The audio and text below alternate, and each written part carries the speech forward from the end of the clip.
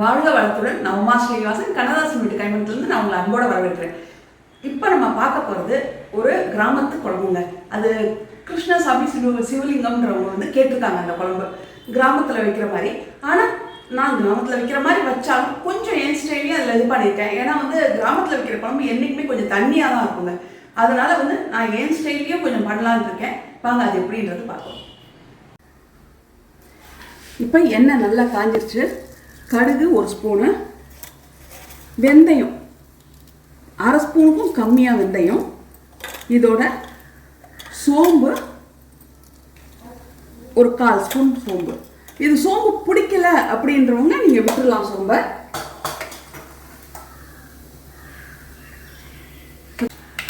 இப்போ கடுகு வெடிச்சிருச்சு பாருங்கள். இதில் சின்ன வெங்காயம் ஒரு 15 சின்ன வெங்காயம், நச்சுக்கிட்ட பூண்டு, அப்புறம் 2 பச்சை மிளகா வெட்டி வச்சுருக்கேன். நச்சு வச்சுக்கோங்க பூண்டை மட்டும். இது கொஞ்சம் கலர் மாறுற வரைக்கும் வதக்கலாம். பூண்டு ஒரு 10 பல் நாட்டு பூண்டு தான் எடுத்துகிட்ருக்கேன். நல்லா ரொம்ப இல்லை, ஓரளவுக்கு நச்சு வச்சுக்கிட்டிங்கன்னா அது வாசனையே தனியாக இருக்கும் நமக்கு. இப்போ இது கொஞ்சம் நல்லா வதங்கட்டும்.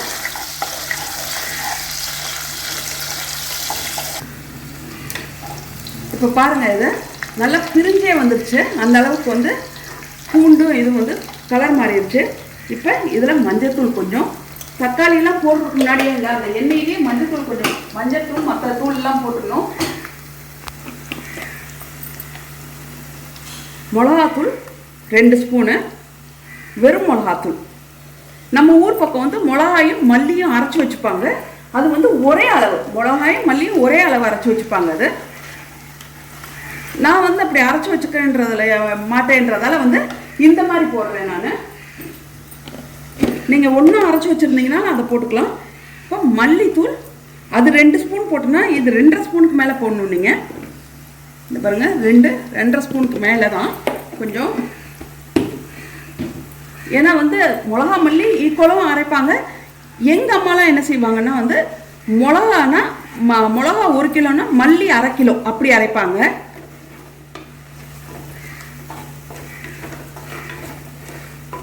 இந்த எண்ணெயில் இப்படி வதங்கினாவே உங்களுக்கு அந்த வாசனையெல்லாம் டக்குன்னு எடுத்துரும்.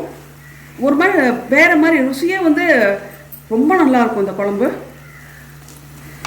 இப்போ அரைச்சி வச்சுருக்கேங்க, ஒரு பெரிய தக்காளி அரைச்சி வச்சுருக்கேன். தண்ணி அந்த மிக்சி கழுவுன தண்ணியோடு சேர்த்து ஊற்றி வச்சுருக்கேன். இது ஆனால் கிராமத்து ஸ்டைல்லாம் வெட்டி தான் போடுவாங்க. நான் 1 வெட்டி போடுறேன்.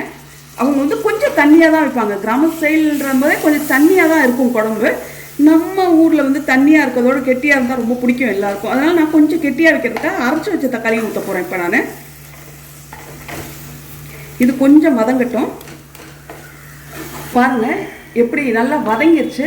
இது இன்னொன்று, நீங்கள் எண்ணெயில் போடுற அட்வான்ஸ் வாசனையும் சீக்கிரம் எடுத்துரும். இன்னொன்று கலர் உங்களுக்கு ரொம்ப நல்லா கொடுக்கும். அது இப்போ அரைச்சி வச்ச தக்காளி ஊற்றிடலாம்.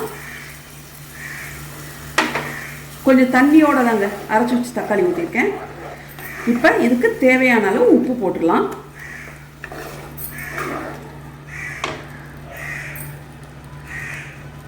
இதுக்கு தேவையான அளவு உப்பு போட்டுடலாம். இப்போ இது லைட்டாக ஒரு கொதி வரட்டும். இதில் இன்னொரு 1 கிளாஸ் கிட்ட தண்ணி ஊற்றிடலாம். இதில் தண்ணியோடு சேர்ந்து இப்போ ஒரு கொதி வரட்டும். அது இப்போ கொதிக்குது பாருங்கள். கொதிக்கும் போது இதில் உருளைக்கிழங்கு, முருங்கைக்காய், கத்திரிக்காய், மஞ்சள் பூசணி இது போடுறேன். நான் அவங்க கேட்டது கத்திரிக்காயும் மொச்சையும், ஆனால் மொச்சை ஊற போட நான் மறந்துட்டேன். அதனால் மற்ற காயெல்லாம் போட்டு இது பண்ணுறேன். மொச்சை போடணுன்னா ஒன்றுமே இல்லைங்க. இந்த கத்திரிக்காயோட மொச்சை 2 கை மொச்சையை ஊற போட்டு முதல் நாள் ஊற போட்டு அடுத்த நாள் வேக வச்சு இதில் சேர்க்கணும். அவ்வளோதான். பச்சை மொச்சையாக இருந்தால் குக்கரில் ஒரு சவுண்டு விட்டுட்டு சேர்க்கணும். இப்போ இந்த தக்காளி இதுலேயே இதை முதல் வெந்துடணும். புளி ஊற்றக்கூடாது. இப்போ தக்காளி அந்த இதெல்லாம் போட்டு வதக்கணும்ல மசாலாவில், இதெல்லாம் சேர்ந்து ஒரு வேக்காடு விட்டுணும். இப்போ இதை நல்லா வெந்துட்டோம். இதை மூடி வச்சு இப்போ இதை மூடி வச்சிடலாம். நல்லா வேகட்டும். இப்போ கிட்டத்தட்ட ஒரு 20 நிமிஷத்துக்கிட்டே விட்டேங்க. அந்த தக்காளியிலேயே இதெல்லாம் வேகணும். காயெல்லாம் நல்லா வெந்துருச்சு பாருங்கள். எண்ணெய் பிரிஞ்சு வந்துருச்சு மேலே. பார்த்தாவே தெரியும் பாருங்கள், எண்ணெய் பிரிஞ்சு மேலே வந்துருச்சு. இந்த அளவு வந்தோடனே இந்த கெட்டியாக வேணுன்றதால தான் நான் தக்காளி அரைச்சி ஊற்றுறேன். ஆனால் கிராமத்து ஸ்டைல்னால் நீங்கள் தக்காளி அரைக்கக்கூடாது, தக்காளி வதக்கி தான் வேணும். கொஞ்சம் தண்ணியாக இருக்கும் குழம்பு. கெட்டியாக வேணுன்னா ஒரு தக்காளி அரைச்சி விட்டுக்கலாம் நம்ம. இப்போ புளிங்க, உங்களுக்கு தேவையான அளவு புளி. ஆனால் புளி தான், தக்காளி ரொம்ப கிடையாது குழம்புல, புளி தான் ஜாஸ்தி. உங்களுக்கு எவ்வளோ புளிப்பு தேவையோ சாப்பிட்டு பார்த்து அந்தளவு ஊற்றிக்குங்க புளிப்பு. ஏன்னா இது வந்து காலையிலே பண்ணி வச்சுட்டிங்கன்னா இந்த புளிப்பு வந்து காயில் இறங்கி அந்த காய் சாப்பிடவே தயிர் சாதத்துக்கு கூட அந்த காய் அவ்வளோ ருசியாக இருக்கும். அவ்வளோதான். இது இப்போ நல்லா ஒரு கொதி வரணும். நான் சின்னதில் தான் வச்சுருக்கேன், இப்போ பெருசில் வைக்கிறேன். ஒரு கொதி வந்தோடனே ஆஃப் பண்ணிடலாம். குழம்பு வந்து எப்படி இருக்குன்னா பாருங்கள், திக்காக இருக்கும் குழம்பு உங்களுக்கு.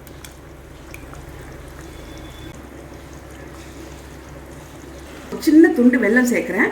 கிராமத்து குழம்புனா வெல்லம் சேர்க்க மாட்டாங்க. இது வந்து வெல்லம் சேர்த்தா ஒரு ருசி, தனி ருசி கொடுக்கும். அதனால நான் வெல்லம் சேர்க்குறேன். வெல்லம் கரைஞ்சிரும் அந்த சூட்டுக்கு. இப்போ கொஞ்சம் கருவேப்பிலை போட்டு ஆஃப் பண்ணிடலாம். முதல்ல தாளிக்க மாட்டேன், தாளிக்கிறவங்க தாளிச்சுக்கலாம் கருவேப்பிலை. நான் லாஸ்ட்டில் போட்டு ஆஃப் பண்ணி மூடி வச்சுருவேன். மூடி வச்சுட்டா உங்களுக்கு வந்து அந்த வாசனை வந்து கம்ம கம்ம கம்மன்னு கருவேப்பிலை வாசனை எடுத்து கொடுக்கும். பாருங்கள் கொதிச்சிருச்சு. இப்போ ஆஃப் பண்ணிட்டேன். இப்போ இதை மூடி வச்சுட்டோன்னா இது வந்து உங்களுக்கு மண் சட்டின்றதால கொதிப்பு இருந்துகிட்டே இருக்கும். ஆஃப் பண்ணிட்டேன் பாருங்கள் அடுப்பு. ஆனால் பாருங்கள், மூடி ஆஃப் பண்ணிட்டும் பாருங்கள் குழம்போட கொதிப்பு பாருங்கள் இருந்துக்கிட்டே இருக்கு பாருங்கள், ஆஃப் பண்ணிட்டோம். ஏன்னா வந்து மண் சட்டியில் உங்களுக்கு கொதிப்பு இருந்துக்கிட்டே இருக்கும். அதனால் வந்து நல்லாயிருக்கும் உங்களுக்கு. இதே நம்ம நார்மல் சட்டின்னு வச்சுக்கோங்களேன், ஆஃப் பண்ணோடனே இந்த கொதிப்பெல்லாம் அடங்கி போயிடும், அப்படி நார்மலாக இருக்கும். இப்போ இது கொதிச்சுட்டே இருக்கு பாருங்கள். அவ்வளோதான், குழம்பு ரெடி ஆயிடுச்சு. இப்போ ஆனால் அடுப்பு ஆஃப் ஆகி தான் இருக்குது, இன்னமும் இது கொதிச்சுட்டு தான் இருக்குது.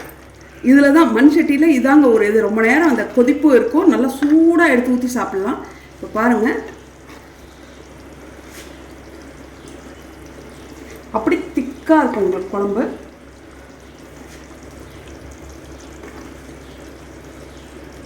இல்லைங்க எங்களுக்கு கிராமத்து ஸ்டைலே அப்படி இருக்கணும்னா தக்காளியை அரைக்க வேண்டாம், அவ்வளோதான். அது வேறு ஒன்றுமே இல்லை இதில்.